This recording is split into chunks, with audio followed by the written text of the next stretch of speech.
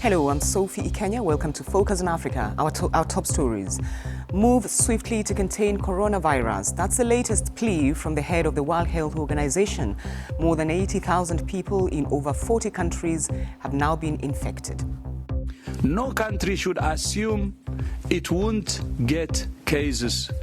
That could be a fatal mistake. The warning comes as Saudi Arabia temporarily suspends visas for Muslims seeking to enter the country to visit holy sites as it tries to slow the spread of the virus. Tunisia's marathon man, after 15 hours of debate in parliament, the country has a new prime minister, but critics are already asking how long he will last. Also in the program, shining a light on Dr. Livingstone's final journey. We speak to the author of a new book telling the story of the explorer's African companions who helped carry his body to its final resting place. And in sports, a host of African stars will be in action today as the last 32 tie of the Europa League kicks off.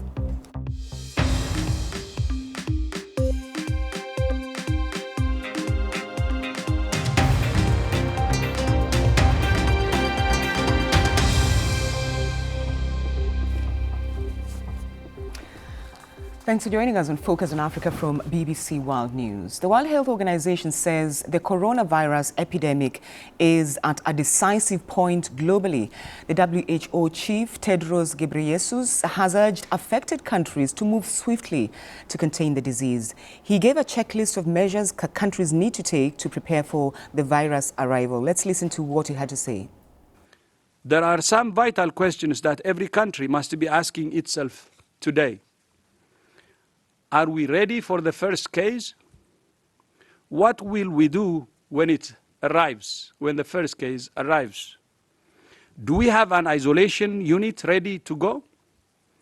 Do we have enough medical oxygen, ventilators, and other vital equipment? How will we know if there are cases in other areas of the country? Is there a reporting system that health facilities are all using? And a way to raise an alert if there is a concern? Do our health workers have the training and equipment they need to stay safe? Do our health workers know how to take samples correctly from patients? Do we have the right measures at airports and border crossings to test people who are sick? Well, let's take a look at the latest developments. One patient in Japan and some in China have tested positive again for the virus after being discharged, raising further questions. Japan's Prime Minister Shinzo Abe has ordered schools to close for a month. And the latest figures globally show there are over 80,000 cases across more than 40 countries. Meanwhile, in a move affecting many Muslims worldwide, Saudi Arabia has taken the unprecedented step of temporarily banning foreign pilgrims from entering the country. Saudi has no reported cases so far, but Riyadh has expressed alarm over the spread of the virus in nearby countries. Well, last year, more than 7.5 million pilgrims visited the birthplace of Islam. It's not clear if the Hajj pilgrimage, which begins in July this year, will be affected. But the travel ban has been criticized by some travel agents in East Africa who say they faced heavy losses. Francis Ontomwa reports from Nairobi. It's not the first time that Saudi Arabia is issuing a ban on pilgrims, but this time around the magnitude is unprecedented. Most of those who will be affected here in Nairobi come from where I am. This is the Isili estate, which has the highest population of Muslims in Nairobi. Some people paid some 3 months ago. Then I was told abruptly that we will not go. Then you have denied me. That means I might use this for something else because I plan to go to Hajj for this year. With the Hajj pilgrimage event on the cards, Muslims here are worried, and especially the travel agents who say their businesses will be badly affected should this persist. As I travel, because we are the people who apply for the visas for the Umrah, and we do the service for the ticket itself. Because in our business, when you are doing in that business, it will affect the business itself because we cannot issue or we cannot sell the ticket. It is the same story for Tanzanian travel agents. Agent yoyote anayetaka kusaini mkataba wa Umrah. Any agent who wants to sign Umrah agreement There's an amount that is supposed to pay in Saudi Arabia. Hence, there will be loss. And people have paid deposit and other payments because of taking people to Umrah. Meanwhile, 2 pilgrims from Tunisia who made it to Mecca for the Umrah gave their opinions on the Saudi travel ban. They should see which are the countries affected by the coronavirus so they stop dealing with these countries. Countries that are clear of this virus should not be suspended. It is normal for people to feel afraid. It is the house of God, which everyone has the right to visit. God doesn't want to hurt his people. God is tender and he loves us. Francis Ontomwa, BBC, Nairobi. Well, so far, 26 airlines have cancelled direct flights to China because of coronavirus. But Kenya has allowed a resumption of flights. Local authorities on Wednesday permitted a plane from China to land at the main airport in Nairobi with 239 passengers on board. Now, the Health Ministry has advised the passengers to self-quarantine. Let's bring in our health correspondent, Rhoda Odhiambo. We'll talk about that quarantine in just a moment. But first, what's the potential danger if people do decide to make that trip to Saudi Arabia? Going by what the WHO Director General Tedros Adhanom has been saying is that over the past few weeks when he's been holding daily media briefings is that the virus, the COVID-19, has the potential to become a pandemic. So right now we've seen that Saudi Arabia has taken this stance of banning Muslims from going to the Hajj because they're trying to reduce the number of cases that if at all a confirmed case would be reported in Saudi Arabia when Muslims will be attending the Hajj festival. So right now, what they're trying to do is to minimize the risks of a case being reported or many suspected cases being identified. All right. So the WHO has given a checklist. Would African countries be able to tick all those boxes? We're talking about reporting systems, ventilators. Where are we with that? Well, the checklist has about 20 items that many countries around the world need to meet. And the WHO was concerned about the preparedness of Africa in handling a confirmed case. We've had 2 confirmed cases, one in Egypt and the other one in Algeria. But looking at other countries, especially those in sub-Saharan Africa, those ones that have weak health systems, it would be a challenge to tick everything that the checklist that the WHO Director General had given out. And it's quite worrying because he had mentioned that if no country is able to tick everything off that list that has about 20 things, then it means that the virus has the potential to exploit the country. So what he's actually saying is that countries and health ministers, together with everybody that they're working with, they need to ensure that everything that they have put down in the list, they have adhered to it to ensure that the case does not, a confirmed COVID-19 case does not exploit the country. All right. So the Kenyan authority, the health authorities have directed the passengers who came in on Wednesday to self-quarantine. How effective is this going to be? How will they be able to monitor them? Well, Sophie, that's a very good question that many Kenyans are asking, especially on social media, where many of them have expressed their anger. But unfortunately, the Chief Administrative Secretary in the Ministry of Health said that they'll be monitoring these patients by calling them, and there'll be frequent visits just to see how they're going for a period of 14 days. Now, looking at the number of people who are on this flight, there are about 239 people, 13 of them Kenyans, Kenyan nationals, 198 Chinese nationals. So if you imagine that people are not living in the same estates, same places, how are they going to ensure that, fine, they've made a phone call, but what if the person didn't have a fever and now has a fever, didn't have the COVID-19 and has a COVID-19. So how are they going to handle the case? So what many Kenyans are saying is that, okay, fine, this is something that the WHO has approved, that it can be used. But if you're not monitoring them effectively, then what does that mean when it comes to preparedness? Many questions there. Rhoda Odhiambo for us. Thank you. Now, it took 15 hours of parliamentary debate and lots of wrangling behind the scenes, but finally, Tunisia has a new prime minister. His name is Eliès Fakhfakh, and he's got a lot of work to do. Unemployment, security, and allegations of state corruption would challenge any leader, but he's facing them with a team that critics fear may not last. Rana Jawad reports. It was not an easy task to get Tunisia's fragmented parliament to endorse the new cabinet. 4 months on, since the country's legislative and presidential elections, 2 prime minister designates later, and a marathon 15-hour parliament session that nearly lasted until dawn, Tunisia finally has a new government. The country's new cabinet won the support of 129 lawmakers, with 77 voting against it and 1 abstention. The Prime Minister-designate, Ilyes El Fakhfakh, is facing a tough task of turning a competing combination of political interests into a clear vision, or be the boss of a weakened team that can't govern. Tunisia can only successfully progress with sacrifice. And for Tunisia to be fixed, it needs a strong government that's able to sacrifice, and needs a parliament that works hand in hand with it to support and oversee it. Moving forward, the new government has an ambitious plan for reform and development to address some of the country's most pressing issues, which include corruption and reforming state institutions, addressing a mounting foreign debt, and crucially, introducing social policies that tackle unemployment. But the mix and match makeup of this cabinet, which largely mirrors the country's parliament, could prove to be an uphill struggle. We believe this will be a weak government because it's politically not cohesive. It's very contradictory and will be in the opposition that creates an alternative.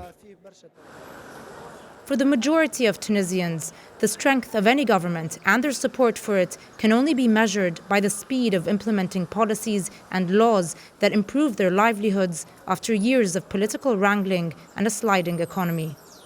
Rana Jawad, BBC News, Tunis. Let's take a quick look now at other stories making headlines across Africa. Authorities in Rwanda have ruled out foul play in the death of singer Kizito Mihigo while he was in detention. Officials say a rope was found in his cell, which they say confirms he took his own life. Opposition activists have called for an independent investigation into the incident. The invasion of locusts in East Africa is likely to cause the region's worst humanitarian crisis in recent times, says an international charity. Mercy Cause says a second invasion is due in the next few weeks. It said the arrival of the insects in South Sudan was particularly worrying because more than half the population requires humanitarian aid. Now, the African Union says it plans to send 3,000 troops to the Sahel, where international and regional forces are struggling to contain Islamist militants. The deployment will last for 6 months. The troops would support the 5,000-strong regional force known as G5 Sahel. France and the United Nations also have thousands of troops in the region.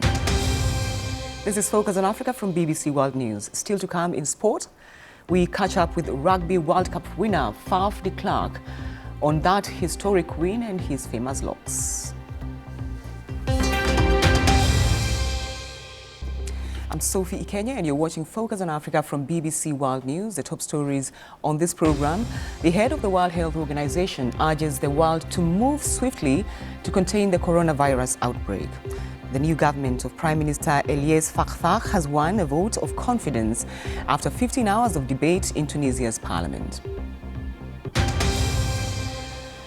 Now, most people here in the UK and on the continent are well versed in the life and legacy of the 19th century British missionary and explorer, Dr. David Livingstone, for better or worse.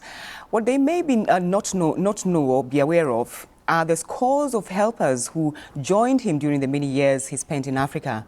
Well, Zimbabwean author Petina Gapa her third novel, Out of Darkness, Shining Light, tells the fascinating real-life story of how Dr. Livingstone's body was carried almost 2,500 kilometers through Africa by his companions and staff so he could be buried in Britain. And Petina Gapa joins me now in studio. Thanks for taking time to talk to us. Tell me about this new novel that you've written, because it took more than 20 years to write it. Yes. It's something of an obsession.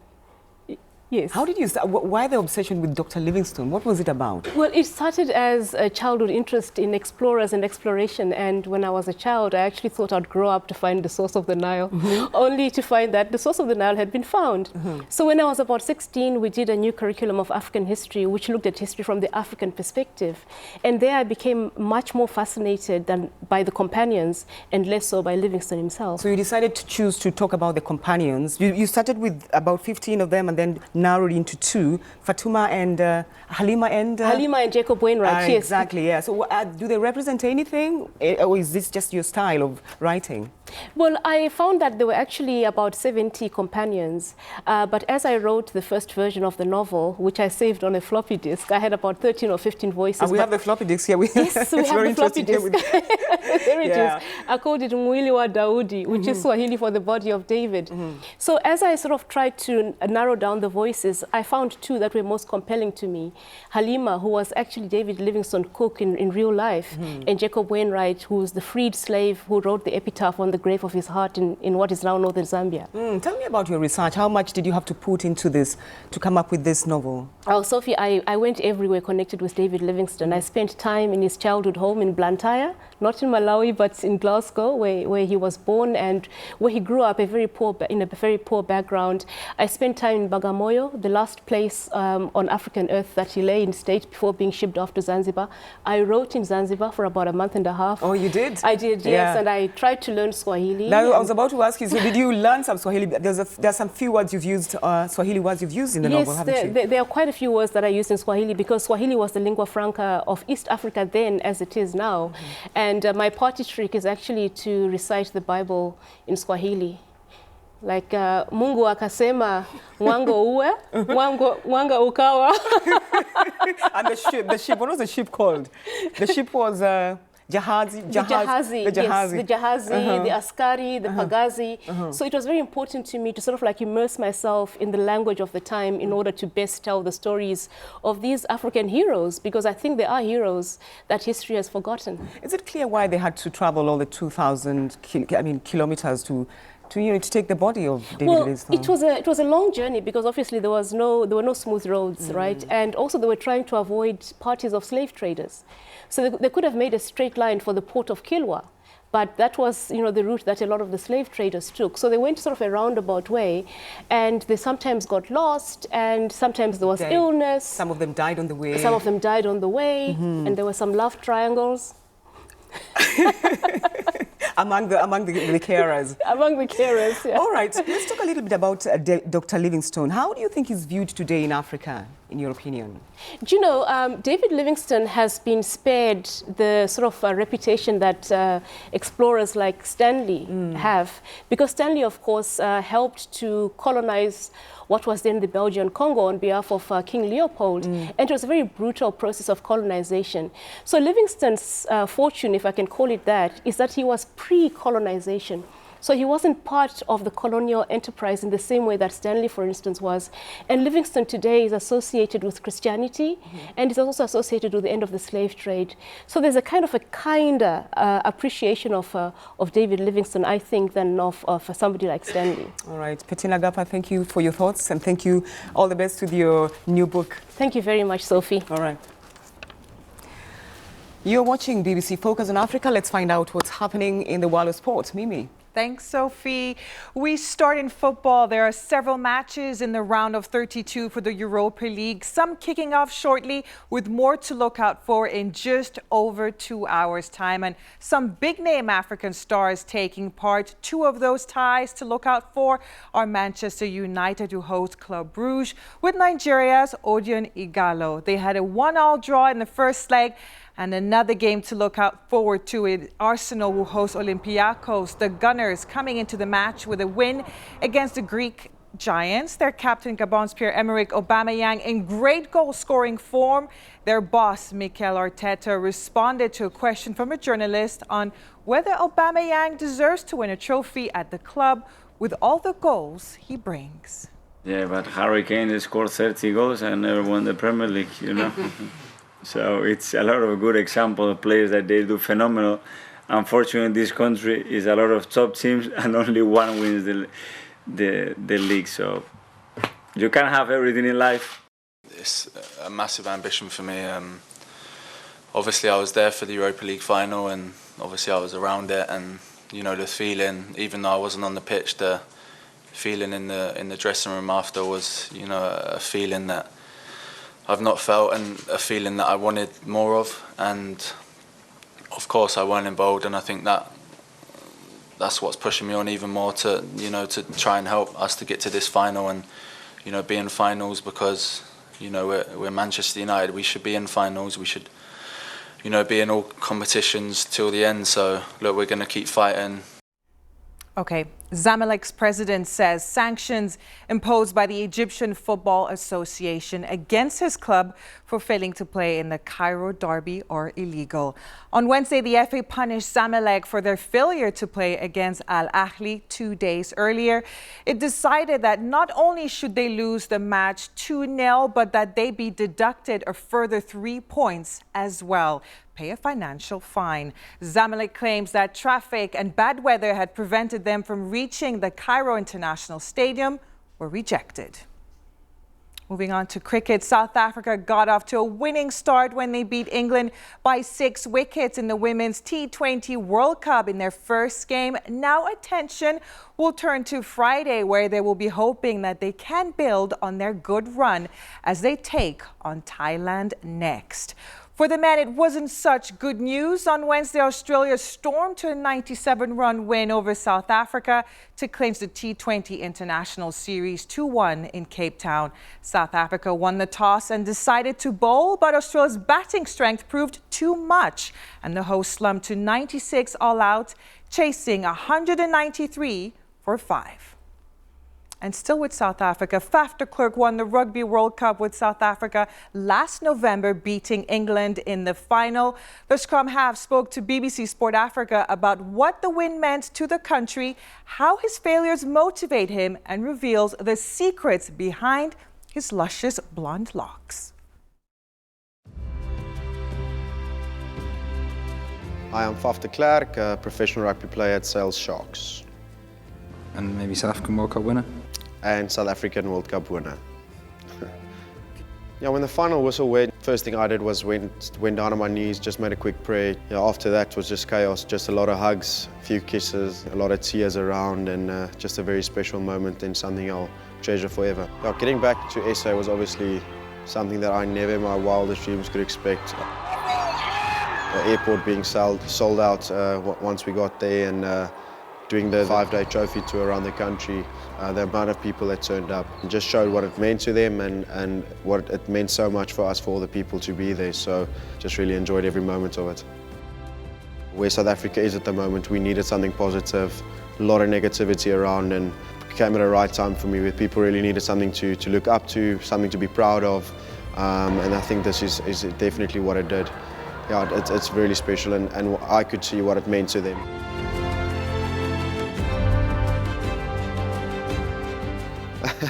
Just very surprised, at a bit of a fright. I didn't really think about what I was wearing at that stage, but as soon as he turned around and I saw the way he reacted, I knew he probably wasn't the right dress code for what I was about to do, but yeah, it looks like he enjoyed it and he had a good laugh about it. I did not get everything handed to me, and I really needed to work hard and go through a lot of adversity to make it. Earlier on in my career, people bad-mouthing me a bit, saying I'll never make it, I'm a bit too small, got the skills and got this, but you're a bit too small. So it's always been a great motivator for me, going at it, keep going at it, and knocking on the door, and hopefully most of the time you'll make it. And I think what I've learned is just to fail. If you fail, it's not a bad thing. You learn more from failure than anything else. So always take the knock on the head and keep moving forward. I leave the product use up to my missus for my hair. She's on the ball with some good products. Oh, good products. I like that. I might get some tips from him. That's all the sport. Sophie. Thank you, Ruby. Thank you. Don't forget, you can get in touch with me and the rest of the Focus on Africa team on social media. I'm at Kenyan. That's it for now. Thank you for your company. Bye.